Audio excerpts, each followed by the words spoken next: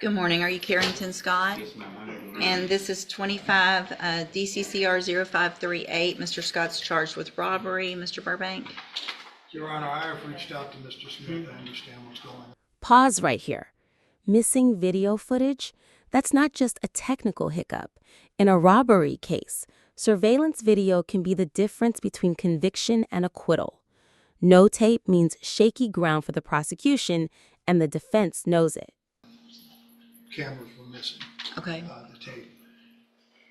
If you want to reset it for a couple of weeks, I don't know when Mr. Smith will be back. I'm sure Ms. Malfino. Think about that for a second. A robbery case built on erased footage. Would you feel comfortable convicting someone if the smoking gun video simply wasn't there? This is why evidence preservation is everything in criminal law. Positive of it. I mean, he's rejected the 15 years from Mr. Rojas, Judge. All right, we'll just do maybe about 3 weeks. That'll give Mr. Smith, when he gets back, or Ms. Malfino, sounds like she'll step in and try to take care of getting whatever information they can, so that we'll, if they have it, you can see it. If they don't have it, then we'll figure it out from there as well. All right. Thank you, Ms. Malfino. I'll see you, Mr. Scott. I think that's all I have. It is. Thank you, Mr. Burbank. Mr. Lewis, you have Derek Ardwan. It's a sentencing.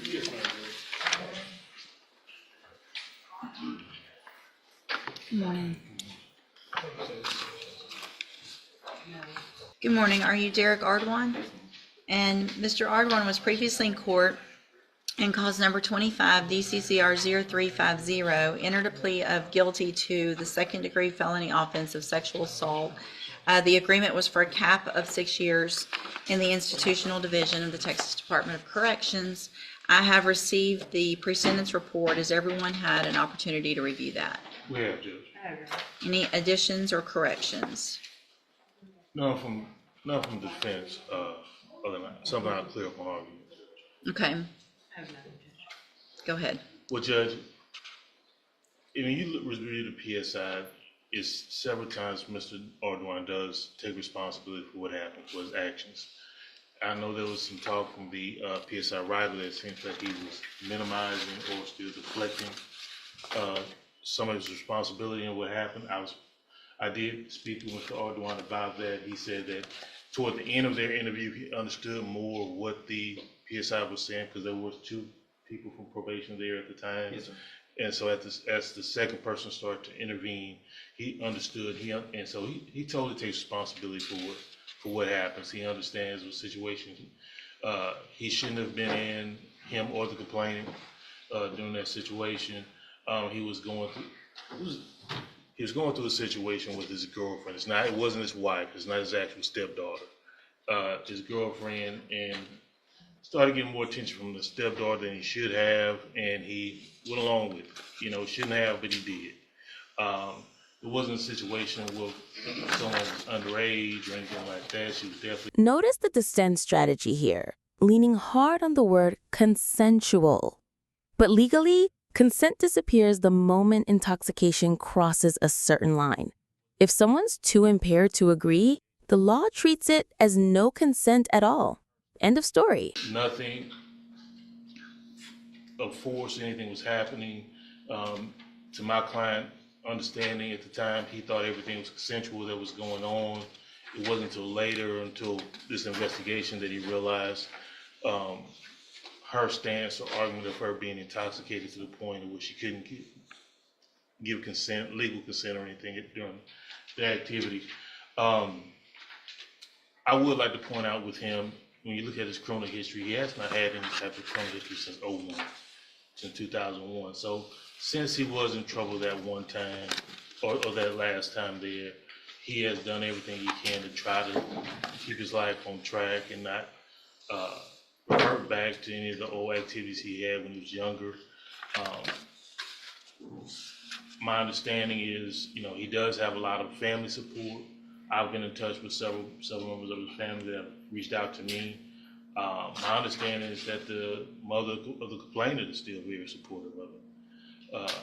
And to the point where, even though he moved out and was away from her and everything like that, she still wanted to pursue their relationship and work on their issues.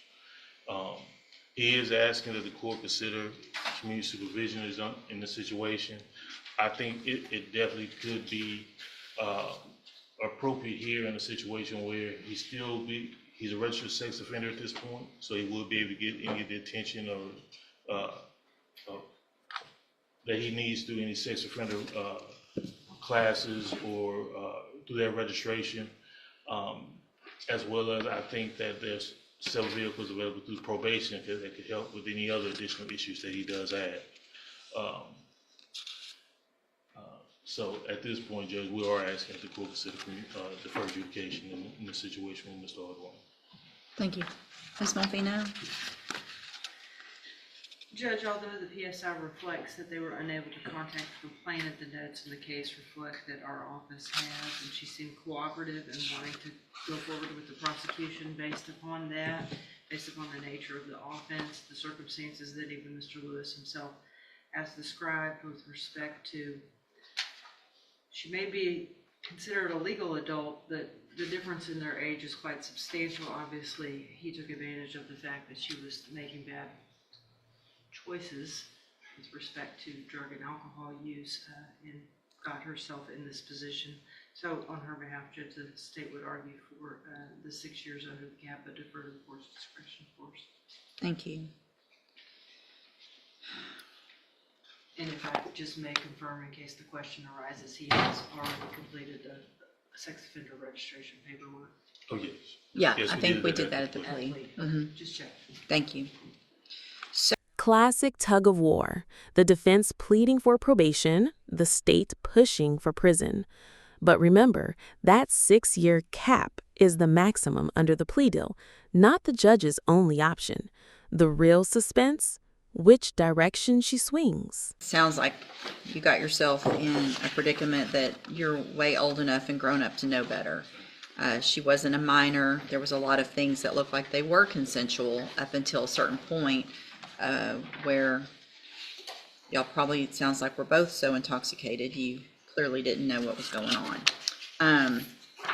6 years, you're out in a few years. There's no treatment. There's none of that I think would be helpful. And so I think to me, the better and maybe even more difficult thing for you is a probation, because this type of probation is not going to be easy. So what I'm going to do is find that you entered your plea of guilty freely and voluntarily. Find sufficient evidence to find you guilty. However, I'm going to defer all proceedings and place you on probation for 10 years.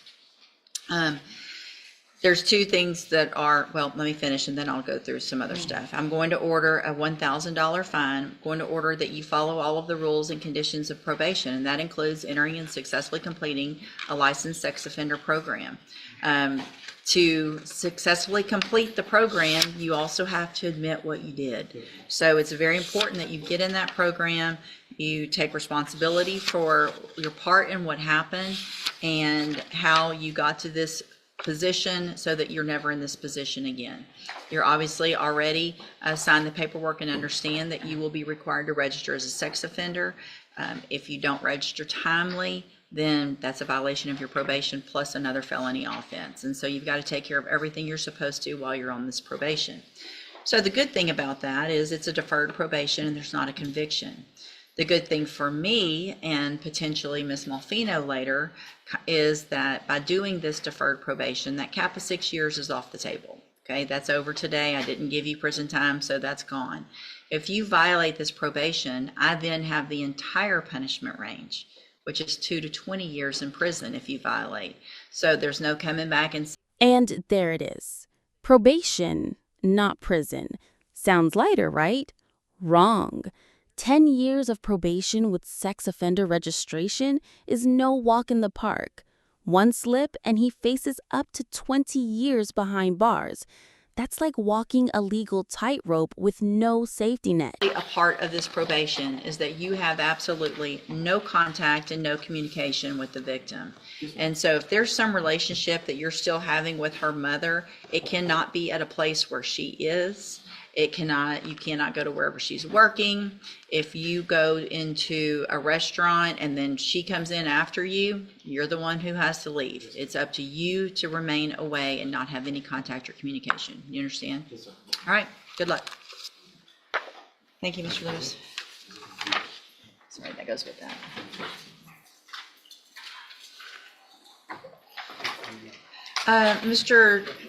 Mr. Jeffries? Mr. Jeffries, you have Jesus Ibarra